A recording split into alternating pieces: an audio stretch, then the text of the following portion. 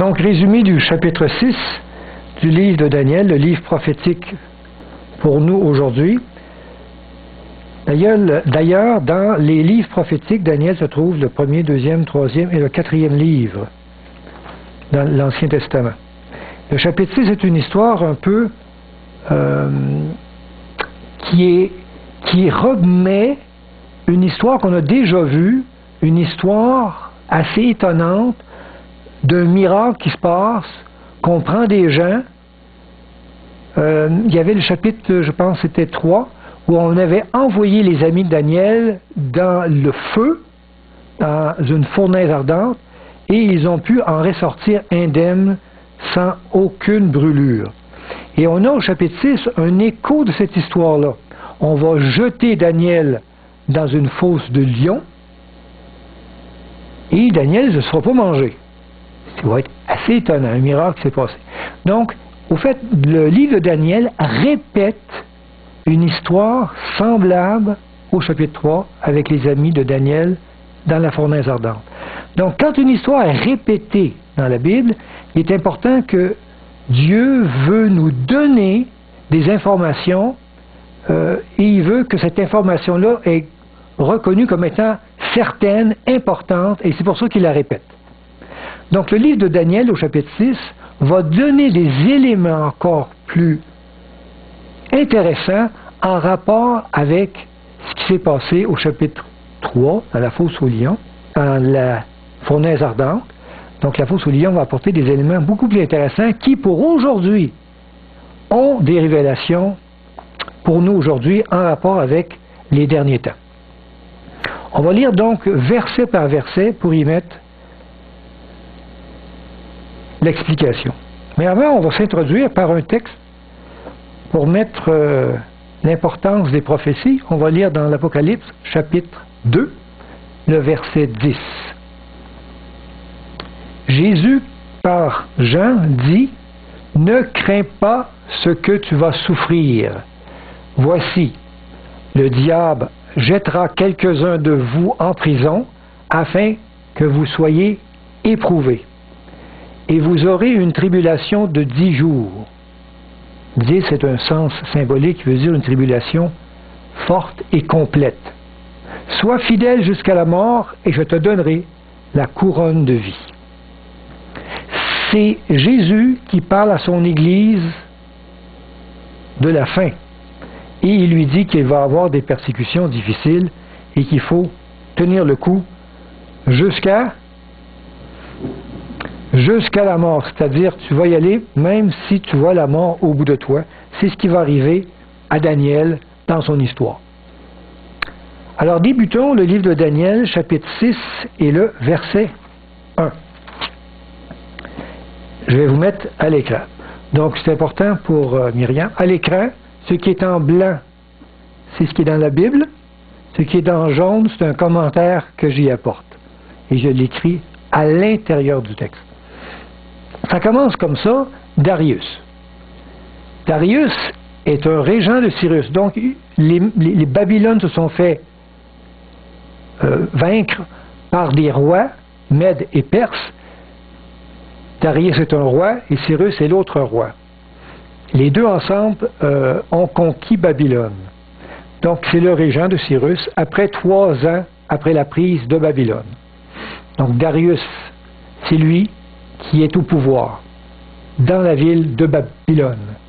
Darius trouva bon d'établir sur le royaume 120 satrapes, donc 120 gouverneurs, dans le fond, qui devaient être dans tout le royaume. Il mit à leur tête 3 chefs, au nombre desquels était Daniel. Daniel est âgé entre 84 et 87 ans. Il est assez âgé. Afin que ces satrapes, les gouverneurs, leur rendissent compte et que le roi ne souffrit d'aucun dommage. Bonjour. Donc, ce qui est important ici, c'est que les 120 satrapes, les 120 gouverneurs, sont tous de nationalité chaldéenne. C'est des Babyloniens. Sauf Daniel, qui lui est hébreu. Ça fait un peu bizarre. Et le roi Darius, qui n'est pas babylonien comme tel, veut mettre à la tête de toute Babylone un hébreu. Ça fait des jaloux. C'est ce qu'on va voir au verset 3. Daniel surpassa les chefs et les satrapes, parce qu'il y avait en lui un esprit supérieur, et le roi pensait à l'établir sur tout le royaume. Daniel est le type des vrais adorateurs au temps de la fin. Quelqu'un qui se démarque, quelqu'un qu'on reconnaît comme étant connaissant dans les choses de Dieu. Verset 4. Alors les chefs et les satrapes cherchèrent une occasion d'accuser Daniel en ce qui concernait les affaires du royaume. Donc, au temps de la fin, on peut projeter que la loyauté des vrais adorateurs excitera la jalousie des faux adorateurs. Mais ils ne purent trouver aucune occasion ni aucune chose à reprendre parce qu'il était fidèle et qu'on n'apercevait chez lui ni fraude ni rien de mauvais. Donc on avait beau scruter Daniel dans toutes ses affaires, il n'y avait rien qu'il faisait de croche, de pas correct, de frauduleux. Donc on peut projeter qu'au temps de la fin, les vrais adorateurs vivront une vie pure, clean, sans péché. On peut lire ça dans l'Apocalypse 14, 1. Dieu dit 144 000 personnes qui avaient le nom de l'agneau et le nom de son Père écrit sur leur front et dans leur bouche. Il ne s'est point trouvé de mensonge, car ils sont irrépréhensibles. Et ce texte parle des gens un peu avant le retour de Jésus. C'est le temps où on se trouve. Donc Dieu dit qu'avant le retour de Jésus, il va y avoir des personnes qui vont avoir cette qualité spirituelle. Je l'espère qu'il va en avoir plus que 144 000. C'est un nombre symbolique qui veut dire l'Église de la fin dans cette pureté. Verset 5. Et ces hommes dirent, donc les jaloux, dirent, nous ne trouvons aucune occasion contre ce Daniel, à moins que nous en trouvions une dans la loi de son Dieu. Intéressant. Donc ici, il amène une dimension, ils vont essayer de trouver dans la loi de son Dieu, de Dieu de Daniel, un truc pour le piéger. Donc au temps de la fin, Satan utilisera notre fidélité au commandement de Dieu pour discréditer le peuple de Dieu. Intéressant comme information. Puis ces chefs et ces satrapes se rendirent tumultueusement auprès du roi en faisant du bruit et lui parlèrent ainsi. Roi Darius vit éternellement. Là, ils vont le flatter, évidemment, le roi. Ils disent, tous les chefs du royaume, tous les intendants, tous les satrapes, les conseillers, les gouverneurs sont d'avis qu'il soit publié un édit royal avec une défense sévère portant que quiconque dans l'espace de 30 jours adressera des prières à quelque dieu ou à quelque homme excepté à toi, ô roi, sera jeté dans la fosse aux lions. C'est dans la manière d'adorer Dieu que sera prononcé le décret de mort. Au fait, ils vont exprimer une façon d'adorer Dieu qui n'est pas, selon Daniel, la bonne. Et quand ils disent au roi que tous les intendants, les satrapes, les conseillers, les gouverneurs sont d'avis, il y a un mensonge. Parce que Daniel n'est pas d'avis. Puis Daniel n'a pas été consulté, sûrement. Parce qu'ils veulent le piéger. Mais le roi trouve l'idée intéressante. Parce qu'il est comme flatté et qu'il faut l'adorer pendant un mois que lui. Maintenant, au roi, verset 8, confirme la défense et écrit le décret afin qu'il soit irrévocable, selon la loi des Mèdes et des Perses, qui est immuable. Le roi, évidemment, ignore le complot en arrière qu'il demande de faire ça pour faire chuter Daniel. Là-dessus, le roi Darius écrit le décret et la défense. On peut voir qu'au temps de la fin, un décret de mort sera promulgué contre les vrais adorateurs. C'est ce qui se passe ici. Le pouvoir civil sera berné par les arguments convaincants du monde religieux. On peut lire dans l'Apocalypse 13, 15, qui parle du temps de la fin, c'est marqué « Elle fit que tous ceux qui n'adoraient pas l'image de la bête fussent tués ». Il y a un élément de mise à mort dans un principe d'adoration. Et c'est ce qu'on voit dans le chapitre 6 de Daniel.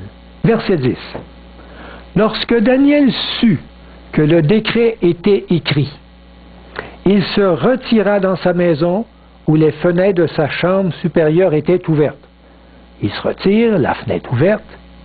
Et la fenêtre ouverte où il se retire, c'est un lieu réservé à la prière. C'est le moment de sa prière à lui. Dans la direction de Jérusalem, il prie en direction du temple, tourné vers les promesses de Dieu. Et 3 fois le jour, il se mettait à genoux. C'est d'une bonne pratique, on devrait faire ça 3 fois. Les musulmans font 5 fois, eux autres. Daniel le faisait 3 fois. Une discipline spirituelle efficace, qu'on devrait mettre en pratique au temps de la fin. Il priait, il louait son Dieu. Et il le faisait à haute voix. Comme d'habitude, il n'a pas changé sa manière d'adorer.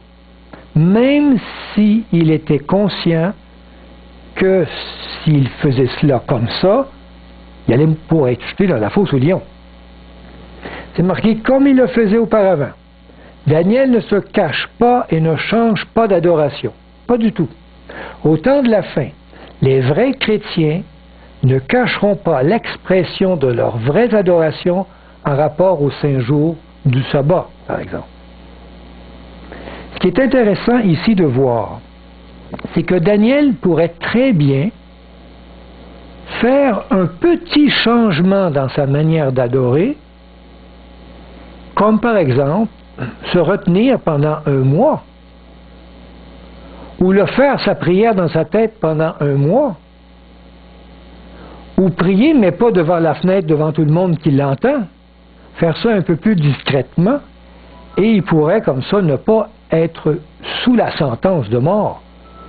Mais Daniel ne change rien. Et ce qui est important, ce qui est projeté, c'est que les vrais adorateurs de la fin sont appelés par l'Esprit de Dieu à adorer de façon correcte le vrai adorateur et de l'exprimer de façon indépendamment des censures ou des lois humaines qu'il peut y avoir contre eux. Verset 11. Alors ces hommes entrèrent tumultueusement et ils trouvèrent Daniel qui priait et invoquait son Dieu. Ils rentrent dans la chambre de Daniel et Daniel est en train de prier. Daniel était évidemment épié, en tout temps. On vérifiait si Daniel allait changer quelque chose dans son adoration. Et non, il n'y avait rien changé. Verset 12. Puis, ils se présentèrent devant le roi. Ils lui dirent au sujet de la défense royale, « N'as-tu pas écrit une défense portant que quiconque dans l'espace de 30 jours adresserait des prières à quelque dieu ou à quelque homme, excepté à toi, ô roi, serait jeté dans la fosse aux lions? » Le roi répondit, « La chose est certaine, selon la loi des Mèdes et des Perses, qui est immuable. » Alors le roi, il dit, « Oui, c'est bien ça que j'ai confirmé. » Verset 13. Ils prirent de nouveau la parole et dirent au roi, « Daniel, l'un des captifs de Juda. » Donc en disant, c'est quelqu'un qui c'était un esclave de Juda, « n'a tenu aucun compte de toi, ô roi, ni de la défense que tu as écrite, et il fait sa prière 3 fois le jour, en plus, à son Dieu à lui plutôt qu'au roi. » On fait croire au roi que Daniel est dangereux. Au temps de la fin, certains affirmeront que le repos d'adoration du samedi mettra en péril la stabilité économique de la nation. Et on va faire à croire que ceux qui n'adorent pas de façon correcte Dieu sont dangereux. Et c'est ce qu'on amène ici dans la pensée du roi. Verset 14. Le roi fut très affligé quand il entendit cela. Le roi aimait Daniel. Il n'avait pas pensé qu'en écrivant cette loi, ça leur aurait eu l'impact de jeter Daniel dans la fosse aux lions. Il prit à cœur de délivrer Daniel et jusqu'au coucher du soleil, il s'efforça de le sauver. Sans succès. Il n'a pas trouvé de truc. Mais ces hommes insistèrent auprès du roi et lui dirent: sache au roi que la loi des Mèdes et des Perses exige que toute défense ou tout décret confirmé par le roi soit irrévocable. Mais le roi a attendu jusqu'à la fin de la journée. À la fin de la journée, il fallait exécuter, mettre la sentence de mort. Alors on a mis Daniel dans la fosse aux lions. Alors le roi donna l'ordre qu'on amenât Daniel, ouverture du procès, et qu'on le jeta dans la fosse aux lions. Verdict de culpabilité, il n'a pas pu trouver autre chose. C'est vrai que Daniel était coupable. La preuve était certaine, il y avait même des témoins, il y avait tout. Et Daniel confirmait aussi qu'il priait son Dieu et non le roi. Le roi prit la parole et dit à Daniel: puisse ton Dieu que tu sers avec persévérance te délivrer. Intéressant que le roi dit ça. Le roi met en perspective ce qui est arrivé aux amis de Daniel dans la fournaise ardente et qui ont été délivrés. Donc il dit, si c'est arrivé à tes amis, ça peut t'arriver à toi aussi si ton Dieu est encore aussi puissant. Verset 17. On apporta une pierre et on mit sur l'ouverture de la fosse. Donc on mit Daniel dans la fosse, les lions sont là, les lions sont supposés de manger Daniel. Le roi scella de son anneau et de l'anneau de ses grands, afin que rien ne fût changé à l'égard de Daniel. Donc il doit avoir dans sa bague un anneau, il met ça, il met de, je sais pas, de la cire, et il s'aperçoit que pour rien soit changé. Verset 18. Le roi se rendit ensuite dans son palais, et il passa la nuit à jeun. Il ne fit point venir de concubine auprès de lui, et il ne put se livrer au sommeil. Excusez-moi. Le roi n'est pas en paix avec cette décision, il n'endort pas, il fait de l'insomnie, ça va pas bien, il n'est pas heureux du tout. Sûrement ce qu'on va voir à la fin des temps aussi. Verset 19. Le roi se leva au point du jour, au beau matin, à l'aurore, et il alla précipitamment à la fosse aux lions. Bon, il veut voir si Daniel s'est fait manger. Verset 20. En s'approchant de la fosse, il appela Daniel d'une voix triste. Le roi prit la parole et dit à Daniel: Daniel, serviteur du Dieu vivant, ton Dieu que tu sers avec persévérance, a-t-il pu délivrer des lions? Moi, je trouve ça intéressant que le roi ait fait ça, parce que je vois dans l'idée, le roi ose croire que peut-être Daniel n'est pas mangé. Daniel n'est pas mort. Et il va parler dans le noir. Il va dire: Daniel, es-tu là? Es-tu quelque part? Je te vois pas. Alors, il ose porter à l'idée que Dieu a agi. Et là, Daniel part. Et Daniel dit au roi: Roi, vis éternellement. Mon Dieu a envoyé son ange. C'est fantastique. C'est sûrement l'ange Gabriel, peut-être. Parce que dans Daniel 9, 21, je parlais encore dans ma prière quand l'homme Gabriel, que j'avais vu précédemment dans une vision, s'approcha de moi d'un vol rapide. Donc Daniel est habitué, ou va s'habituer à cet ange-là, Gabriel. Donc mon Dieu a envoyé son ange et fermé la gueule des lions, qui ne m'ont fait aucun mal, parce que j'ai été trouvé innocent devant lui, devant son Dieu, et devant toi non plus. Daniel, il dit: j'ai rien fait de mal. C'est que tu as écrit une loi qui me tuait, mais moi rien. Je n'ai rien fait de mauvais. Démontre que les vrais adorateurs seront faussement accusés au temps de la fin, des gens purs, sincères, irréprochables, et on va les accuser de choses indignes. Verset 23. Alors le roi fut très joyeux, et il ordonna qu'on fît sortir Daniel de la fosse. Daniel fut retiré de la fosse, et on ne trouva sur lui aucune blessure, parce qu'il avait eu confiance en son Dieu. Cette sortie de Daniel de la fosse représente la délivrance des élus au retour de Jésus, où la sentence de mort sur eux est prononcée, mais Jésus vient et les délivre. Verset 24. Le roi ordonna que ces hommes qui avaient accusé Daniel fussent amenés et jetés dans la fosse aux lions, eux, leurs enfants, leurs femmes. C'est tragique. Ils affirmaient sûrement que les lions n'avaient pas faim. Alors le roi a pris tous ceux qui avaient accusé Daniel, il les a jetés dans la fosse aux lions, lui. Qu'est-ce qui est arrivé? Et avant qu'ils fussent parvenus au fond de la fosse, les lions les saisirent et brisèrent tous leurs os. Ils ont été mangés. Ça représente la mort des impies au retour de Jésus. Les bons sont sauvés, les méchants sont condamnés. Verset 25. Après cela, le roi Darius écrivit à tous les peuples, à toute nation, aux hommes de toute langue qui habitent sur toute la terre, que la paix vous soit donnée avec abondance. Représente ici l'adoration universelle suscitée par la justice finale de Dieu à la fin du monde. Il dit « J'ordonne que dans toute l'étendue de mon royaume, on ait de la crainte et de la frayeur pour le Dieu de Daniel, car il est le Dieu vivant et il subsiste éternellement. Son royaume ne sera jamais détruit et sa domination durera jusqu'à la fin. » Il a l'air de parler comme un converti. Au jugement dernier, tous reconnaîtront que Jésus est le Dieu créateur. Amen. Donc ça apporte vraiment une vision du temps de la fin.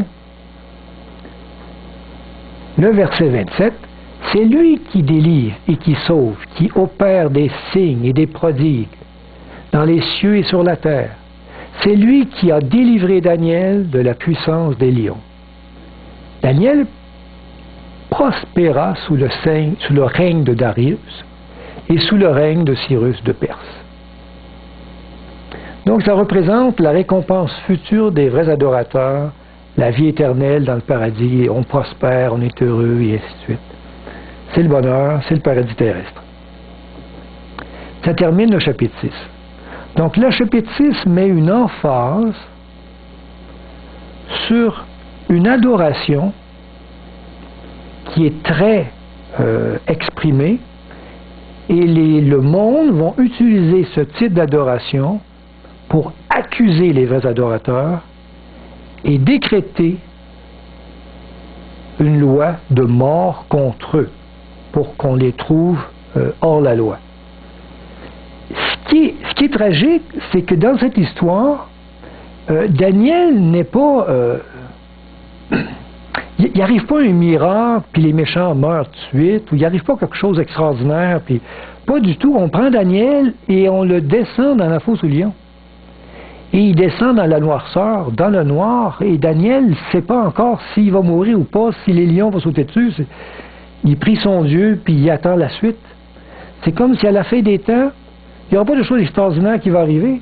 Les vrais adorateurs vont être descendus dans la noirceur, dans la fosse aux lions, et ils vont attendre, voir pendant toute la nuit, si les lions vont sauter dessus. Je pense que Daniel a sûrement vécu une nuit d'intenses prières et en communion avec son Dieu. Je pense que lui aussi n'a pas dormi de la nuit jusqu'au matin pour voir si vraiment il allait être sauvé ou pas. Donc vraiment, on voit qu'au temps de la fin, il va y avoir un moment de sombre où on va vivre des choses difficiles, mais par après, Dieu va sauver. Dieu va venir et délivrer. Mais beaucoup après. Alors, on va poursuivre avec le chapitre le plus important dans le livre de Daniel, le chapitre 7, où là, on dévoile des choses extraordinaires, tellement qu'on en est bouleversé et on tombe de notre chaise. Donc, je laisse Sébastien pour